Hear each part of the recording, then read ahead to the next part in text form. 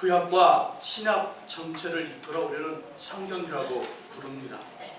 구약은 39권, 신약은 구약의 39권, 상부 27에서 27권을 합쳐 66권입니다.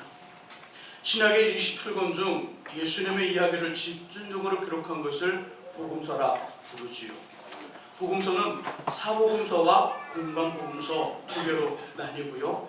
사복음서는 마태복음, 마가복음, 누가복음, 요한복음 네 개의 복음서를 말하며 공관복음은 공통의 관점으로 서술되어 동일한 사건에 대해 거의 비슷한 내용을 가지고 있는 마태, 마가, 누가복음을 이야기합니다. 사복음서의 요한복음은 공관복음과는 조금 다르게 기술되었지요. 사건의 내용과 그것에 담긴 의미와 교훈이 다른 것이 아니라 표현하는 방식에 차이가 있습니다. 표현하는 방식. 우리 5절의 말씀을 같이 한번 읽어봅니다. 본문 5절의 말씀 읽습니다. 예수께서 눈을 들어 큰 무리가 자기에게로 오는 것을 보시고 빌립에게 이르시되 우리가 어디서 떡을 사서 이 사람들을 먹이겠느냐 하시니. 아멘. 다른 복음서에서는요, 이 사건 오병의 기적이라고 말하는데요, 물고기 2마리와 떡 5개로 5,000명, 남자만 5,000명을 먹이고 12바구니를 남긴 이야기를 본문의 순서와는 다르게 전말합니다. 본문의 순서와는 다르게. 본문은 아직 집회가 시작되지 않았지요. 예수님이 집회를 시작하시는데 집회가 시작되지 않았습니다. 몰려오는 사람들을 주님이 보시고 빌립에게 어떻게 할까? 어떻게 저들을 먹일 수 있을까? 그 질문을 던지면서 오늘 본문의 기적이 출발합니다. 하지만 마태, 마가, 누가복음에는요, 이미 집회가 시작되어 한참 말씀을 전하다가 저녁이 되어 배고파하는 군중들을 어떻게 할까? 어떻게 하면 먹일 수 있을까 고민하면서 말씀이 진행되지요. 성경을 읽으며 이런 차이가 발견되어질 때 저와 여러분들은 고민합니다. 어느 것이 맞나? 어느 것이 잘못되었나? 이런 경우를 만날 때 어디가 동그라미고 어디가 X인가를 보는 것이 아니라 전체를 봐야 됩니다. 아, 이 부분도 있고 이 부분도 있구나. 전체를 보는 거죠. 전체를 보며 그 안에서 교훈을 찾는 것. 이것이 성경을 대하는 바른 자세이고 바른 모습이지요. 이런 관점으로 요한복음 6장에 기록된 오병이어의 사건은요, 우리에게 세상을 이기는 능력, 믿음이라는 주제의 10번째 이야기, 믿음의 영역으로는 8번째 말씀을 주고 있습니다. 우리 4절을 다시 한번 읽어보겠습니다. 읽으시면서 주님의 명령, 말씀이 누구에게 어떤 내용이 전달되었는지를 찾아보시기 바랍니다. 누구에게 전달되는 내용들 4절 같이 읽습니다. 예수께서 몇 절이죠? 4절. 예. 4절 한번 읽어봐 주시기 바랍니다. 자, 4절 읽어주시기 바랍니다. 4절 읽습니다.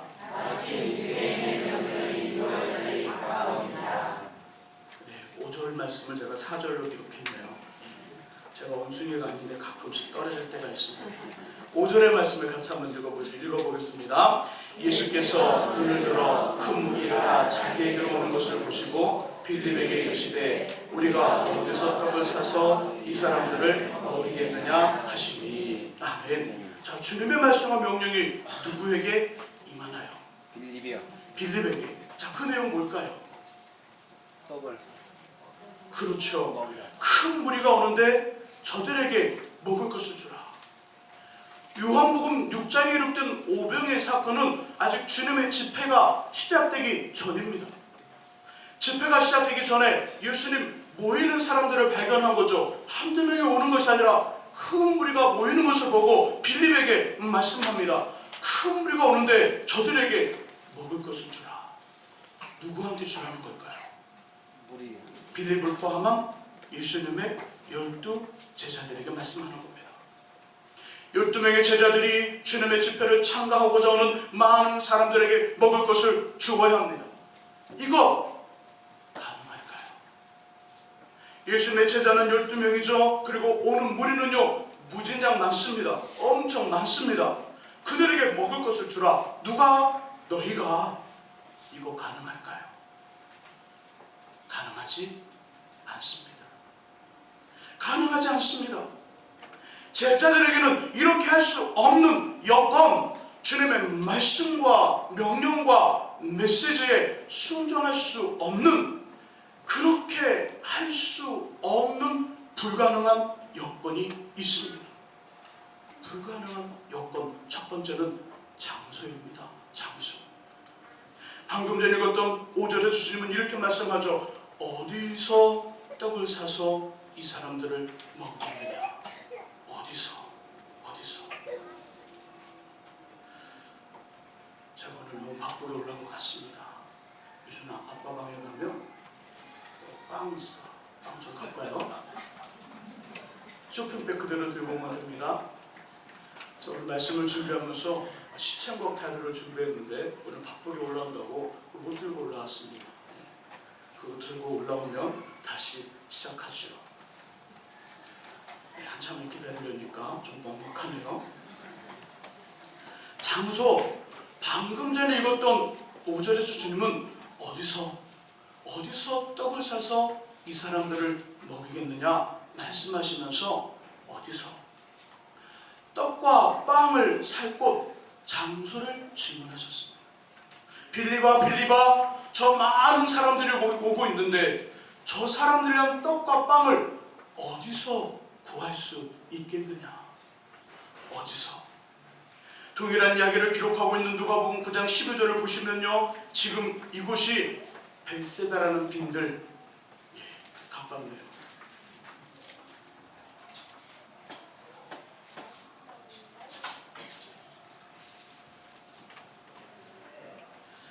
여기가 벳세다라는 빈들, 사람들이 모여 사는 시내가 아니라 풀이 자라고 양들이 있는 들녘이라고 이야기합니다.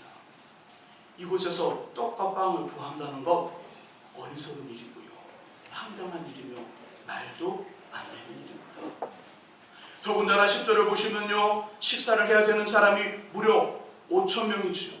좀 더 정확하게 표현한다면 남자만 5,000명, 함께 온 여자와 아이들 전부를 합치면 좋기 2만 명 이상이 됩니다. 이들을 위한 떡과 빵을 한 번에, 단숨에, 한순간에 구한다는 것 가능하지 않습니다. 제가 오늘 본문 말씀을 준비하면서 떡 대신에 빵을 가지고 왔습니다. 어디서 샀는지는 그냥 가까운 가게에서 샀습니다.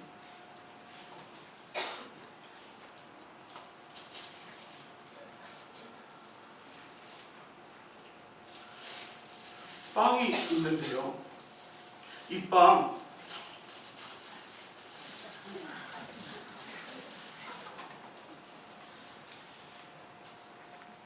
굉장히 크죠? 혼자 먹기에는 너무 많습니다.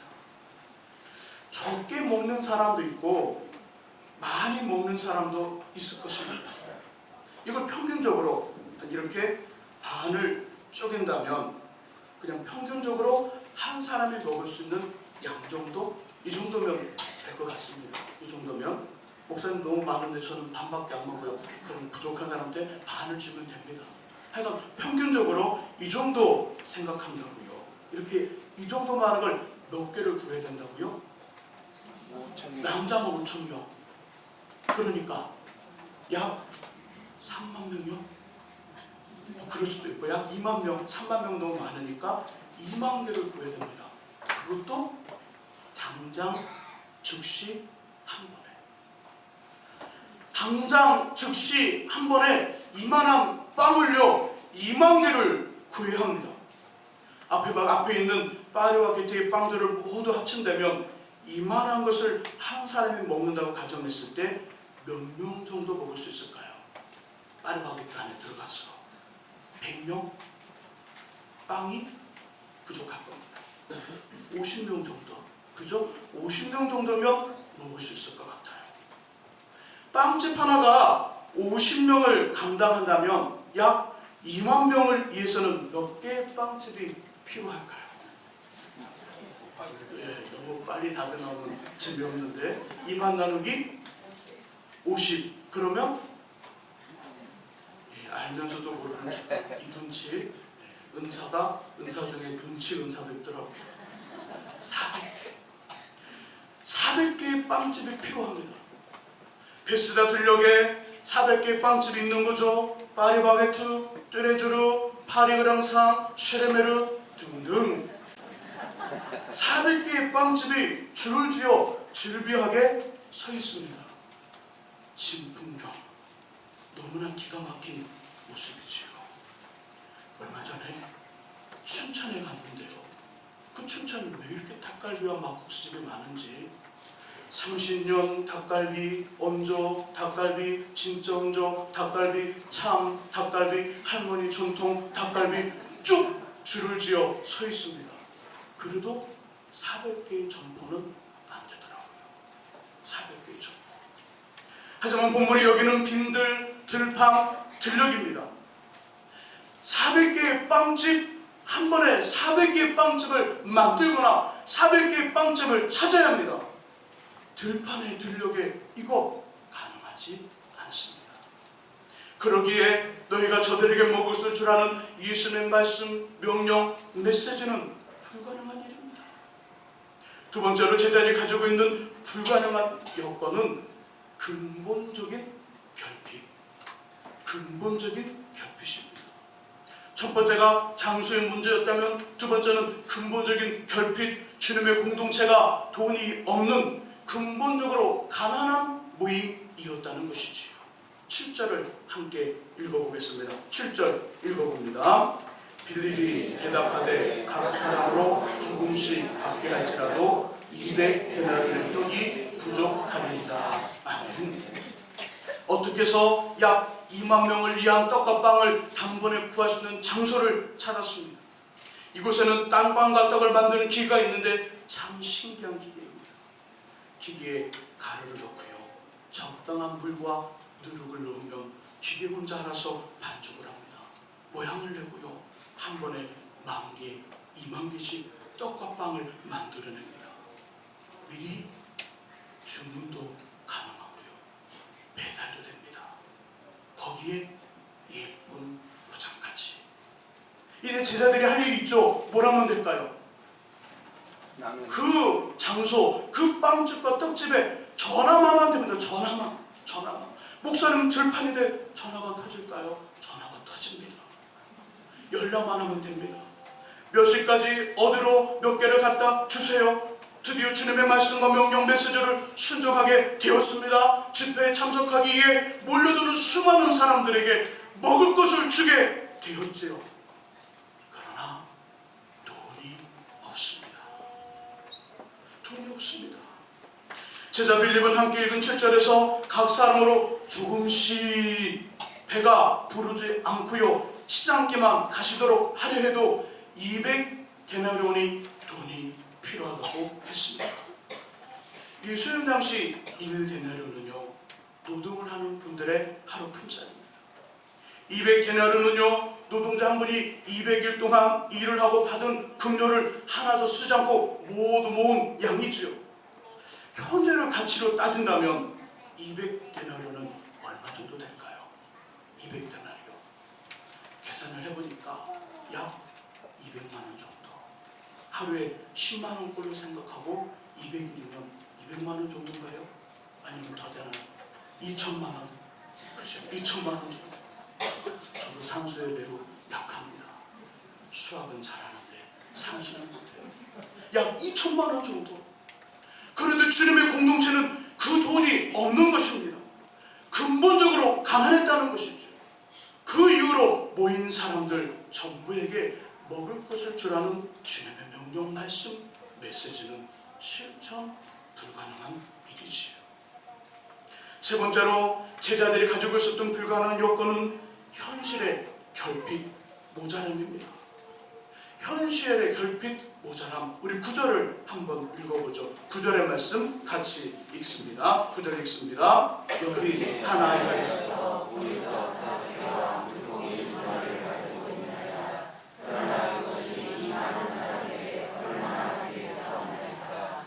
아멘. 주님과 빌립의 대화를 곁에서 듣고 있던 시몬 베드로의 동생 안드레가 그 사이를 끼어듭니다. 예수님, 여기 한 아이의 식사 물고기 2마리와 떡 5개가 있는데 이것이 이 많은 사람들에게 얼마나 되겠습니까? 그 말은 많이 부족하다는 것이지요. 많이 모자라다는 것입니다. 하나의 도시락 양이 남자만 2,000명, 5,000명이 모인 무리에게 얼마 정도의 양일까요? 남자만 5,000명이 모여 있습니다. 그렇다면 이 남자의 수만 비교하고요. 그래서 이 한 아이가 가지고 있는 이 도시락이 5,000명에게 얼마 정도의 양일까? 감이 잘 안 되죠.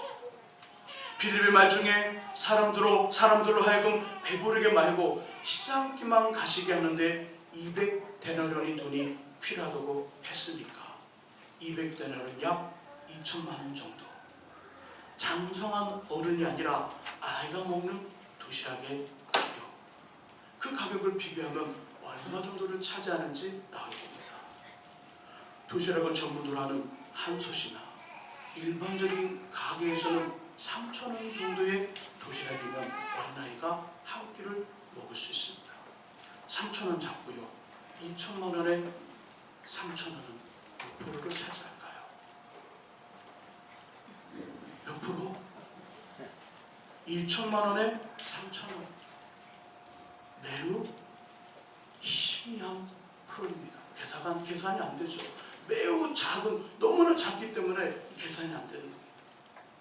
그러기에 안드레가 들고 온 아이의 도시락 물고기 2마리와 떡 5개로는 모이는 사람들에게 너희가 먹을 것을 주라는 주 예수님의 명령, 말씀, 메시지는 순종할 수 없는 불가능한 일입니다.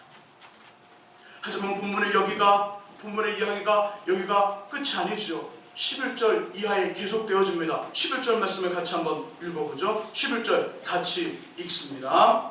예수께서 떡을 가져 축사하신 후에 앉아있는 자들에게 나눠주시고 물고기도 그렇게 그들의 버는 대로 주시니라. 아멘. 9절에서 안드레가 가져온 아이의 도시락 떡 5개와 물고기 2마리를 받으신 예수님, 모인 사람들을 잔디에 앉게 합니다. 뚝뚝뚝 때를 지어 앉게 했죠. 떡을 들고 기도하십니다. 하나님, 이 사람들로 하여금 아버지의 풍성함을 경험하게 하시고 이 많은 무리에게 은혜를 베풀어 주소서. 드디어 앉아있는 사람들에게 떡을 떼어주기 시작합니다. 물고기도 나눠줬죠. 그런데 신기한 것은 아이의 도시락에 있는 물고기와 떡이 떨어지지 않으며 계속해서 공급되더라는 것입니다. 떡 5개, 물고기 2마리가 있는데 나눠줄수록 계속해서 떡이 차이고 쌓입니다. 물고기가 공급됩니다. 언제까지요? 언제까지? 모인 모든 사람들이 배가 볼록 나와 배부를 만큼 넘칠 때까지 멈추지 않더라는 것입니다. 하늘 아버지가 허락하신 풍성한 식당이 끝이 났고요. 남은 것들을 모두 모아보니 12바구니가 아예 작은 도시락, 계산도 안 되는 작은 도시락 하나가 주님의 손에 들려지자 남자만 5,000명, 약 2만 명의 사람들을 충분히 먹이고요 남았습니다. 이처럼 우리의 모든 것, 그리고 어떠한 것이라도 주님의 손에 들려지면 상상할 수 없는 일들과 꿈꿔보지 못한 선하고 좋은 결과가 주어집니다. 주님 손에 들려지면 우리의 것, 상상할 수 없는, 비교할 수 없는 것으로 바뀌어 우리에게 주어진다는 것. 저는 기도를 통하여, 예배를 통하여 예수님 손에, 하나님 손에, 하늘 아버지 손에 저와 여러분들의 것을 올리는, 저와 여러분들의 것이 다른 사람들과 비교하여 볼품없이 부족하고 작으며 모자라도, 반대로 뛰어나고 놀랍다 할지라도 주님 손에 올리는 거룩한 작업, 영적인 일은 믿음이라고 이야기합니다. 믿음이 있어야 나의 모든 것, 나의 전부를 주님 손에 올릴 수 있습니다. 믿음이 있어야 안드레가 한 아이의 도시락을 주님께 올린 것처럼 우리의 삶을 올릴 수 있다는 것입니다. 마저 하나님이면, 예수님이면 우리의 삶을 완전히 바꾸실 수 있지, 내 인생에 역전을 주실 수 있지, 그 믿음이 있어야 나의 것, 때로는 다른 것과 비교하여 보잘것없는 것이랄지라도, 아니 다른 것과 비교하여 뛰어나다 할지라도 그것을 주님 손에 올릴 수 있다는 것이죠. 그렇게 올려주면요, 오늘 어린 양의 도시락이 양자만 5,000명을 충분히 먹이고 12바구니를 남기는 오병이의 기적이 된 것처럼 우리 모든 것도 기적과 이적과 능력으로 변하여 되돌아오는 줄 믿습니다. 그러므로 믿음은 우리에게 불리한 여건을 초월하지요. 믿음은 우리의 불리한 여건을 초월합니다. 이런 믿음이 우리 안에 있으시기를 예수님의 이름으로 축원합니다. 아멘. 구약성경 열왕기하 4장 42절 이하를 보시면요, 선지자 엘리사와 그의 사함과 선자를 양성하는 학교의 학생들, 그리고 바알 살리사라는 동네에서 온 어느 사람이 등장합니다. 이 사람 하나님의 감동을 받았는지 보리로 처음 만든 떡 20개와 자루에 담은 채소를 가지고 옵니다.